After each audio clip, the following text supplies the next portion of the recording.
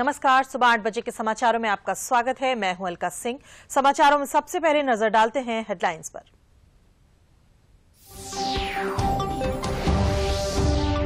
पूर्व प्रधानमंत्री अटल बिहारी वाजपेयी की जयंती आज। मुख्यमंत्री योगी आदित्यनाथ लोक भवन में आजादी के अमृत महोत्सव की श्रृंखला में डायनेमिक फसाड लाइट का करेंगे लोकार्पण।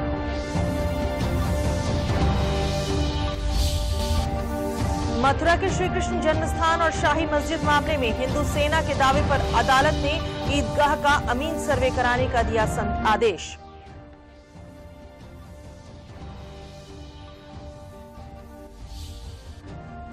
हाईकोर्ट की लखनऊ बेंच में निकाय चुनाव में ओबीसी आरक्षण को लेकर बहस पूरी।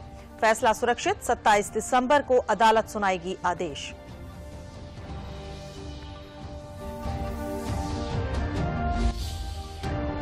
और प्रधानमंत्री नरेंद्र मोदी साल के अंतिम मन की बात के 96वें संस्करण पर करेंगे लोगों को संबोधित।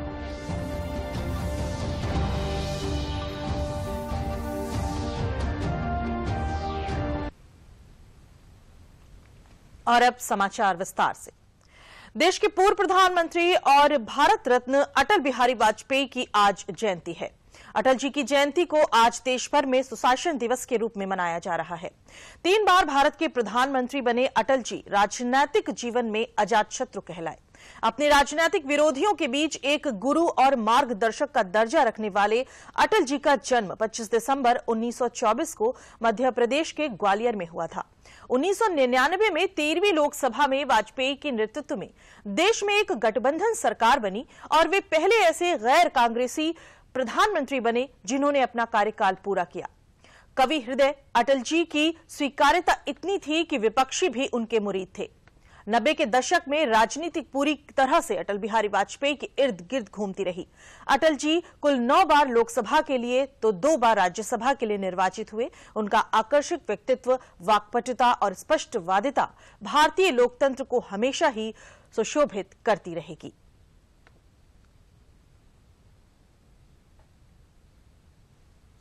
प्रधानमंत्री नरेंद्र मोदी ने अटल जी की जयंती पर ट्वीट कर उन्हें शत-शत नमन करते हुए एक वीडियो भी साझा किया।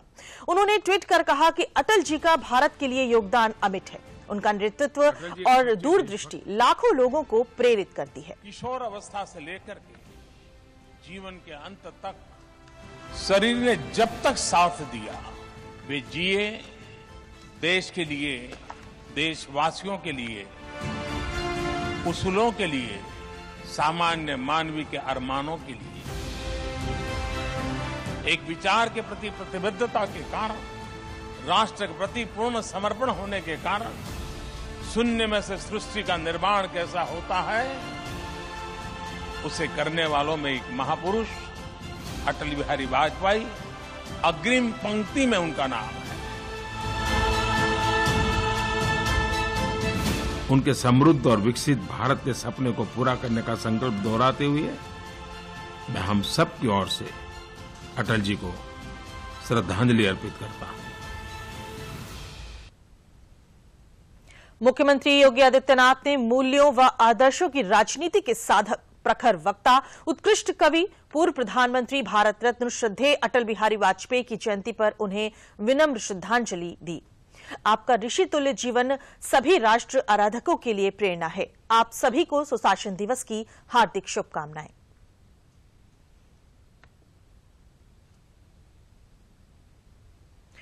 मुख्यमंत्री योगी आदित्यनाथ आज पूर्व प्रधानमंत्री श्रद्धेय अटल बिहारी वाजपेयी की जयंती सुशासन दिवस के अवसर पर शाम लोक भवन में आजादी के अमृत महोत्सव की श्रृंखला में डायनेमिक फसाड लाइटिंग का लोकार्पण करेंगे। लोक भवन शासन व प्रशासन का प्रतीक बिंदु है। श्रद्धेय अटल के गरिमामयी तथा विराट व्यक्तित्व के सम्मान में तथा सुशासन को केंद्र मानते हुए लोक भवन पर फसाड लाइटिंग की जा रही है। लोकार्पण कार्यक्रम में लगभग 250 स्कूली बच्चे भी सम्मिलित होंगे।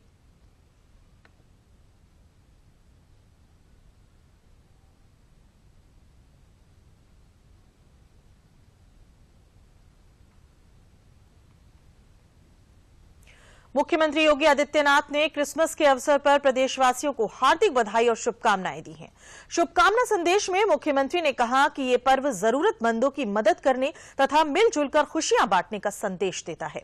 मुख्यमंत्री ने लोगों से कोरोना संक्रमण के दृष्टिगत सभी सावधानियां बरतते हुए क्रिसमस मनाने की अपील की है।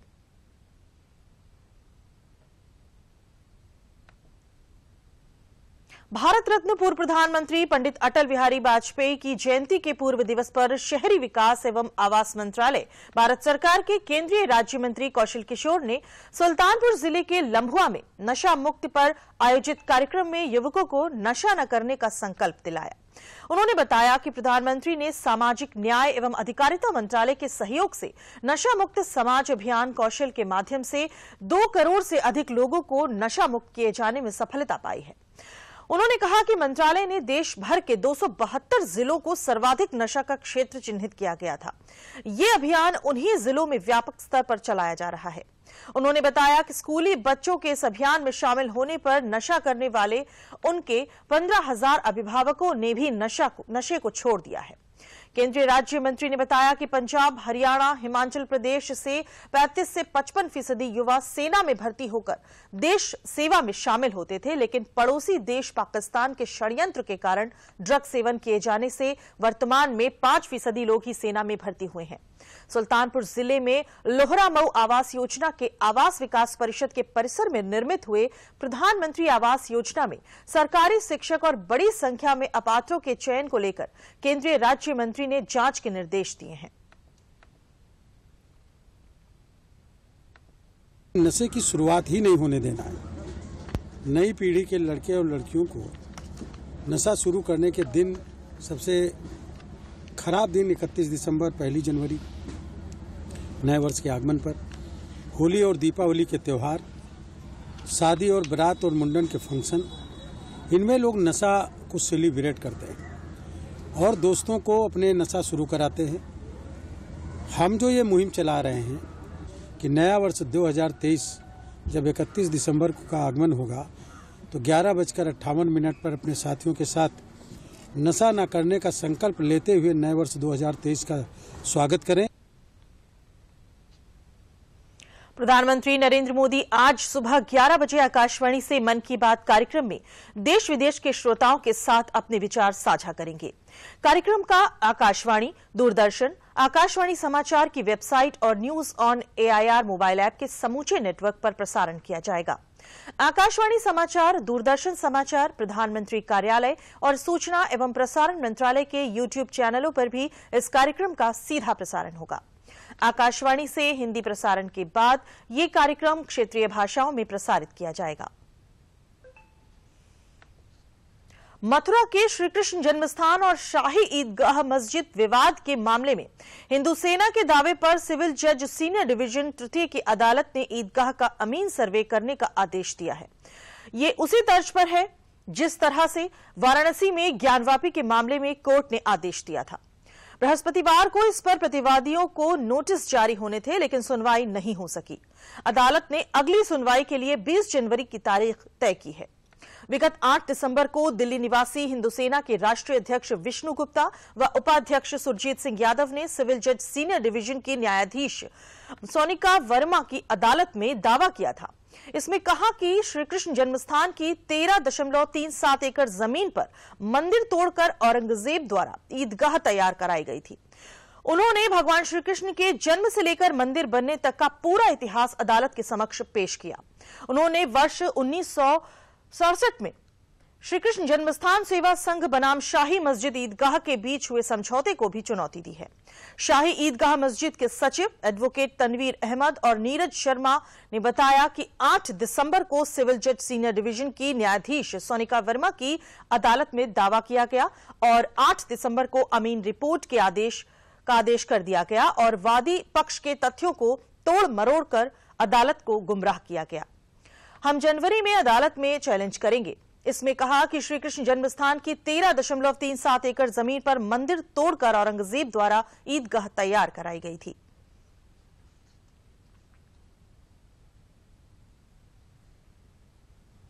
भगवान बालकृष्ण जो जन्मभूमि में है विराजमान, उनके नाम पर ये संपत्ति है, श्री कृष्ण जन्मभूमि, और ये 5000 वर्ष पुराना व्यक्तित्व है जो ठाकुर जी यहाँ पे विराजमान हुए थे। हमने उसी समय के अनुसार जो 13.37 एकड़ की जगह पे उस समय भी ये ठाकुर जी के नाम थी, जो आज ट्रस्ट के नाम है बिरला जी के द्वारा, उसमें जो अवैध रूप से निर्माण हुआ ईदगाह का, और उसके उपरांत उसमें समझौता कर लिया गया ऊपर वाला ही वाला, जो ट्रस्ट की जानकारी में कभी नहीं रहा, एक सोसाइटी है उसके अलावा उसमें ये सब चीजें संज्ञान में आई, तो हम लोगों ने ठाकुर जी की संपत्ति को अवैध रूप से जो निर्माण हो रहा है और जो असुरक्षित है, सुरक्षित करने के लिए दावा प्रस्तुत किया गया है।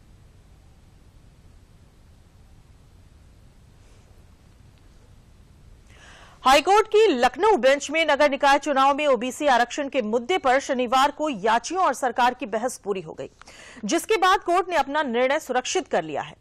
कोर्ट ने 27 दिसंबर को अपना फैसला सुनाने को कहा है। न्यायमूर्ति देवेंद्र कुमार उपाध्याय और न्यायमूर्ति सौरभ लवानिया की बेंच के सामने शनिवार को पूरी हुई बहस में याची पक्ष की ओर से अधिवक्ता एलपी मिश्र ने कहा कि निकाय चुनाव में पिछड़े वर्ग को दिया जाने वाला आरक्षण नौकरियों और संस्थानों में दाखिले में दिए जाने वाले आरक्षण से भिन्न है। ये एक राजनीतिक आरक्षण है। सुप्रीम कोर्ट ने सुरेश महाजन मामले में ट्रिपल टेस्ट फार्मूले की व्यवस्था अपनाने का आदेश दिया था।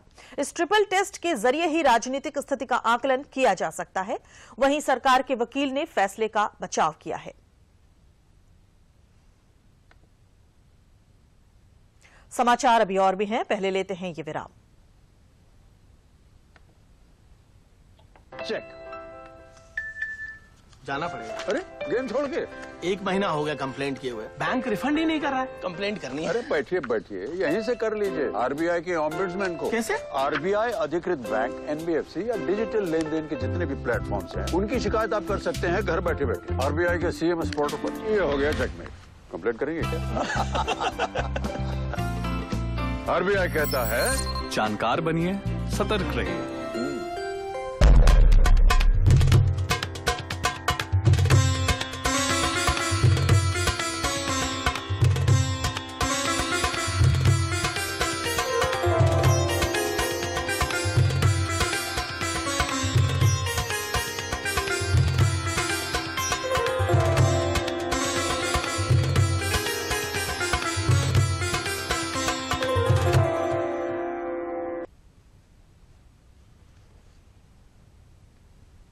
प्रधानमंत्री नरेंद्र मोदी ने मां भारती की महान संतान महामना पंडित मदन मोहन मालवीय जी को उनकी जयंती पर विनम्र श्रद्धांजलि दी है।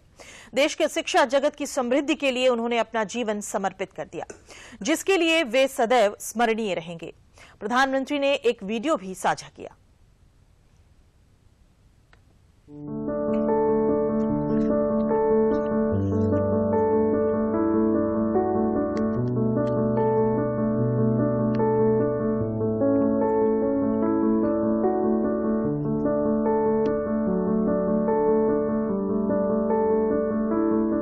मैं भारत रत्न महामना जी के चरणों में वंदन करता हूं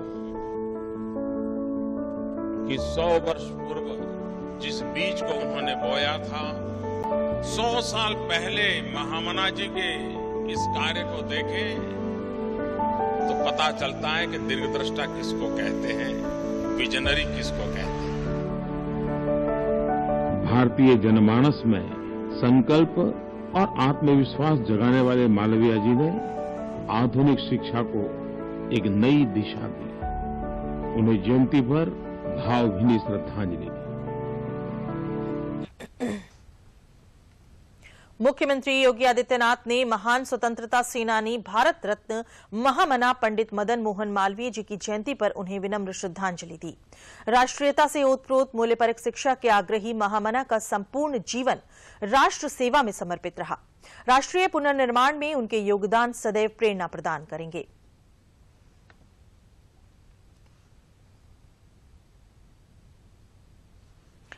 भारत में कोरोना फिर से कहर न बरपाए, इसको लेकर केंद्र सरकार पूरी तरह से अलर्ट मोड में है, तो राज्यों को भी पूरी तरह से सतर्क रहने को केंद्र ने कहा है। चीन में बढ़ते कोरोना मामले के बाद अब कई देशों से आने वाले नागरिकों की एयरपोर्ट पर टेस्टिंग शुरू हो गई है, तो रेलवे स्टेशन जैसे सार्वजनिक स्थानों पर भी जांच की जा रही है। केंद्र सरकार ने राज्यों को मेडिकल ऑक्सीजन की सप्लाई दुरुस्त करने और ऑक्सीजन प्लांट सही रखने की सलाह दी है, तो साथ ही 27 दिसंबर को मॉक ड्रिल में शामिल होकर अपनी तैयारियों को भी परखने की सलाह दी है। कोरोना केस के बाद भारत सरकार पूरी तरह से सतर्क हो गई है। इसके चलते जहां पीएम मोदी ने बीते दिनों समीक्षा बैठक की थी, तो केंद्रीय स्वास्थ्य मंत्री भी तमाम राज्यों के साथ समन्वय करके कोरोना महामारी के खिलाफ हर संभव तैयारी को समय से पूरा करने का काम कर रहे हैं। शनिवार को केंद्र सरकार ने राज्यों को चिट्ठी लिखकर मेडिकल ऑक्सीजन की सप्लाई और ऑक्सीजन प्लांट के मोर्चे पर सभी तैयारियां सुनिश्चित करने की सलाह दी है। केंद्र सरकार ने अपनी चिट्ठी में ऑक्सीजन सिलेंडर और लाइफ सपोर्ट सिस्टम जैसी तैयारियों को समय पर पूरा कर लेने की भी सलाह दी है। इस बीच केंद्रीय स्वास्थ्य मंत्री मनसुख मांडविया ने कहा कि देश में कोविड महामारी न फैले, इसके लिए सावधानी पूर्वक काम किया जा रहा है। दिल्ली और मुंबई में एयर और सीवेज के नमूनों में वायरस आरएनए मिला है। इसके बाद देश में पूरी एहतियात बरती जा रही है। देश में कोविड महामारी न फैले, उसके लिए हम अलर्ट मोड पर काम कर रहे हैं। हमने एयर सर्वेलेंस भी चालू किया है, सुएज सर्वेलेंस भी चालू किया है और ह्यूमन सर्वेलेंस तो हो ही रहा है। ये तीनों सर्वेलेंस से पता चल रहा है कि अभी दिल्ली और मुंबई में सुएज और एयर सर्वेलेंस में आरएनए मिला है। उसको देखते हुए आने वाले दिनों में क्या क्या प्रिकॉशन लेना है, उस लिए हम सभी राज्यों को अलर्ट दे रहे हैं, राज्यों के साथ इंफॉर्मेशन शेयर कर रहे हैं। हम देश के सभी नागरिक को भी अलर्ट करना चाहते हैं कि आप मास्क का उपयोग करें, कोविड एप्रोप्रिएट बिहेवियर का पालन करें। केंद्र सरकार ने कोरोना संक्रमण के संभावित संक्रमण को रोकने के लिए एक और बड़ा फैसला किया है। स्वास्थ्य मंत्री मनसुख मांडविया ने बताया कि चीन, जापान, हांगकांग, बैंकॉक और दक्षिण कोरिया से भारत आने वाले लोगों का आरटीपीसीआर टेस्ट अनिवार्य हो गया है। जिन यात्रियों की आरटीपीसीआर रिपोर्ट पॉजिटिव आएगी या उनमें बुखार जैसे लक्षण मिलेंगे, उन्हें क्वारंटाइन किया जाएगा।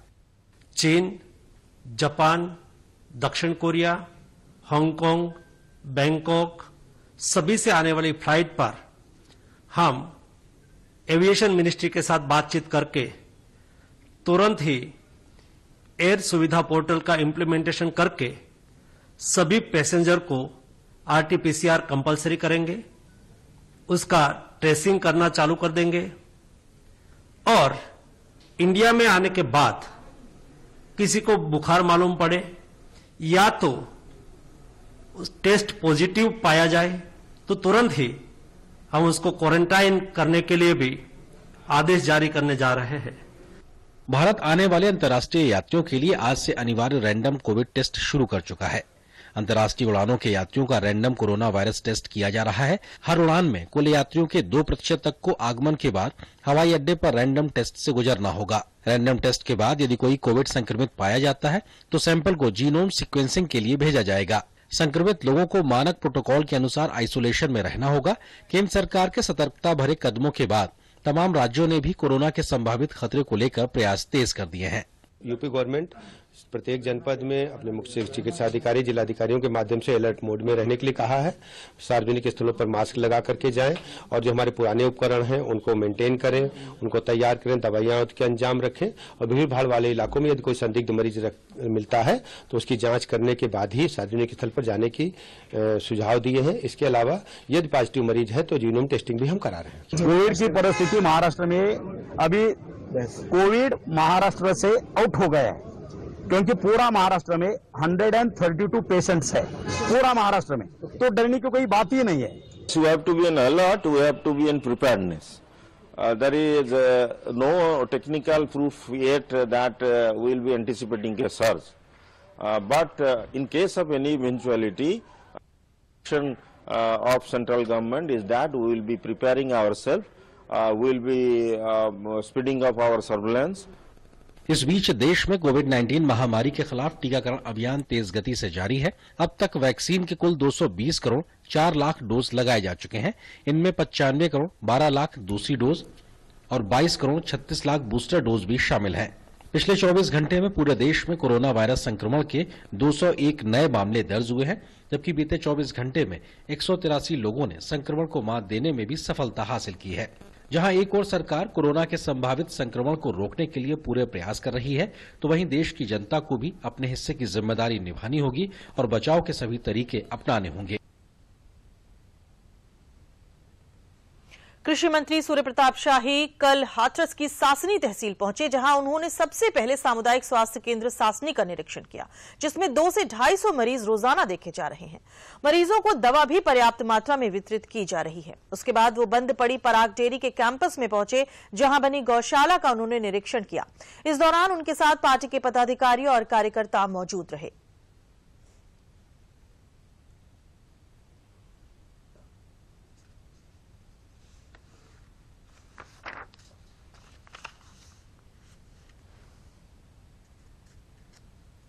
मैं आज हाथरस आया, यहाँ के सासनी के सामुदायिक स्वास्थ्य केंद्र को देखा हूँ मैं। 200 से 250 वहाँ पर आउटडोर में पेशेंट देखे जा रहे हैं और पर्याप्त मात्राएं में दवाएं हैं जिनका वहाँ पर वितरण किया जा रहा है। यहाँ पराग डेयरी के बंद कैंपस के भीतर जो है वो मवेशी रखे गए, उनको देखने आया था मैं। अब आगे एक किसान जो RS सिस्टम के माध्यम से मछली पालन करते हैं उनको देखते जा रहा हूँ।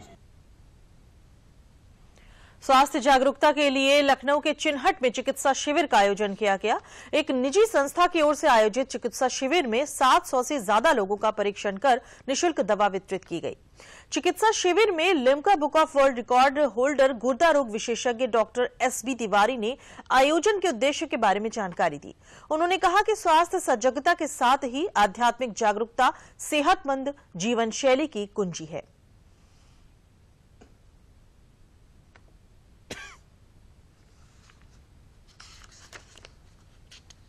समाचार अभी और भी हैं, पहले लेते हैं ये विराम। बिट्टू, बहू कब से तैयार होकर बैठी है? टेस्ट के लिए जाना बेटा। टेस्ट ही तो देख रहा हूँ माँ। ये टेस्ट जल्द से जल्द होना जरूरी है। गर्भावस्था के पहले 3 महीनों के अंदर जल्द से जल्द HIV की जांच जरूर करवाएं, ताकि शिशु को HIV संक्रमण से बचाया जा सके और माँ और शिशु एक स्वस्थ और लंबी जिंदगी जी सके। जांच जितनी जल्दी, सुरक्षा उतनी पक्की। गर्भावस्था की पहली जांच में ही HIV टेस्ट जरूर कराएं।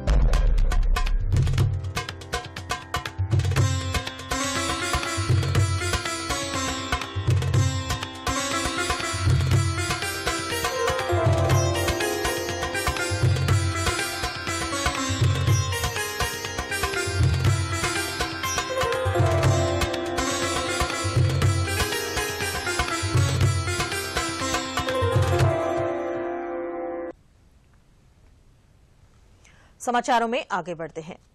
केंद्रीय कैबिनेट द्वारा राष्ट्रीय खाद्य सुरक्षा स्कीम के तहत गरीबों को मिलने वाले राशन को 1 साल तक मुफ्त किए जाने के फैसले का बाराबंकी जिले के लाभार्थियों ने स्वागत करते हुए इसे गरीबों के लिए केंद्र सरकार का बड़ा फैसला बताया।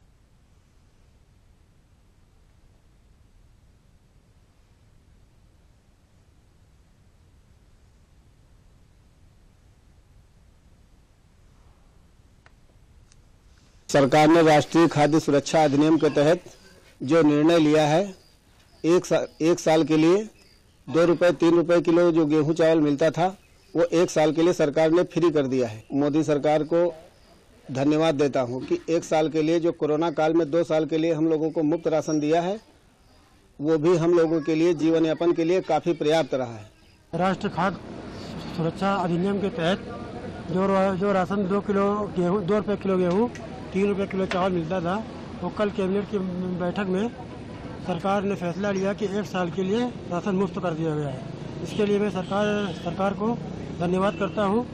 राष्ट्रीय खाद्य सुरक्षा अधिनियम के अंतर्गत 2 रुपए किलो गेहूँ 3 रुपए किलो चावल केंद्र सरकार जो हम लोगों को दे रही थी, कल कैबिनेट मंत्री बैठक में बिल्कुल निःशुल्क कर दिया गया है। 1 साल के लिए बिल्कुल निःशुल्क कर दिया गया है। ये फैसला केंद्र सरकार का गरीबों के हित में है। इसके लिए मैं मोदी जी का बहुत बहुत धन्यवाद और आभार व्यक्त करता हूं। राष्ट्रीय खाद्य सुरक्षा अधिनियम के तहत 2 रुपये किलो गेहूँ 3 रुपये किलो चावल जो मिल रहा था, कल कैबिनेट मंत्री की बैठक में मोदी जी ने फैसला लिया है 1 साल के लिए मुफ्त राशन देने का।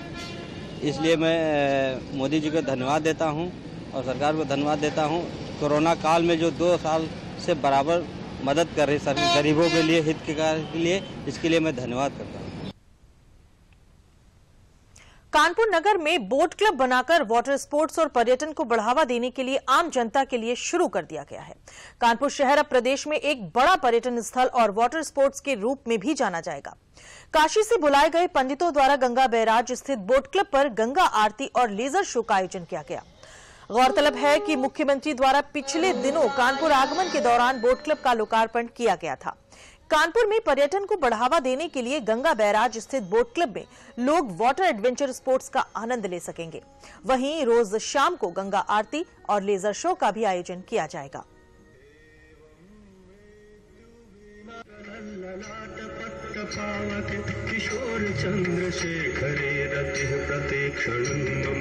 माननीय मुख्यमंत्री ने इसी 9 तारीख को इस बोट क्लब का शुभारंभ किया था उन्होंने, और इसको पब्लिक को समर्पित किया था। आज से जो है पब्लिक के लिए खोल दिया गया है और देखेंगे तो मॉर्निंग से ही जो है बहुत सारे लोग यहाँ पे आए हुए हैं परिवार सहित जो है और अपना एंजॉय कर रहे हैं हॉलीडेज का। अभी देखेंगे तो भव्य जो है गंगा आरती के साथ शाम का वो कार्यक्रम शुरू हुआ है। उसके बाद जो है एक लेजर शो भी यहाँ पे जो है चल रहा है, इसके पीछे वाटर स्कूटर भी है और उसके बाद फूड फैसिलिटीज भी यहाँ पे किया गया है। बच्चों के, छोटे बच्चों के मनोरंजन के लिए भी यहाँ पे व्यवस्था की गई है। एक बेहतर रेस्पॉन्स है और स्पेशली जो है क्रिसमस और न्यू ईयर के जो हॉलीडेज है उस पर परिवार और बच्चे लोग आके यहाँ पे एंजॉय कर सकते हैं। जालौन में कल किन्नर सम्मेलन का आगाज हुआ। सम्मेलन को लेकर जालौन के जिला मुख्यालय उरई में किन्नरों ने भव्य शोभा यात्रा निकाली, जिसमें देश भर के कोने कोने से आए किन्नर शामिल हुए। किन्नरों का कहना है कि एक बार फिर कोरोना का खतरा बढ़ रहा है। जालौन के जिला मुख्यालय उरई स्थित एक गेस्ट हाउस में 1 सप्ताह तक चलने वाले किन्नर सम्मेलन का आयोजन किया गया है। सम्मेलन का आयोजन जिला मुख्यालय उरई के राठ रोड स्थित मंगलम सभागार में किया गया है। इसी क्रम में किन्नरों ने चांदी के कलश लेकर बैंड बाजों के साथ भव्य शोभा यात्रा निकाली।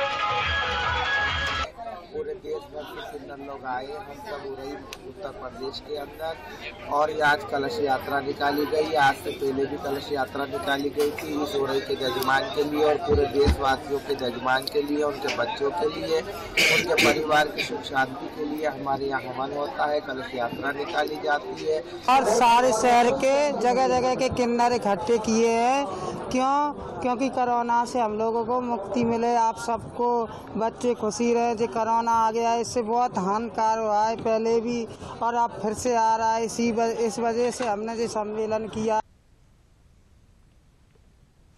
अंत में प्रमुख समाचार एक बार फिर। पूर्व प्रधानमंत्री अटल बिहारी वाजपेयी की जयंती आज। मुख्यमंत्री योगी आदित्यनाथ लोक भवन में आजादी के अमृत महोत्सव की श्रृंखला में डायनेमिक फसाड लाइट का करेंगे लोकार्पण।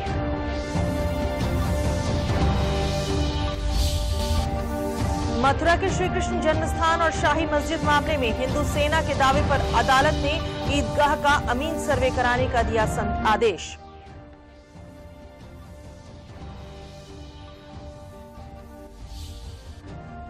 हाईकोर्ट की लखनऊ बेंच में निकाय चुनाव में ओबीसी आरक्षण को लेकर बहस पूरी।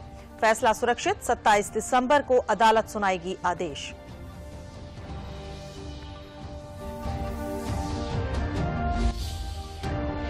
और प्रधानमंत्री नरेंद्र मोदी साल के अंतिम मन की बात के 96वें संस्करण पर करेंगे लोगों को संबोधित।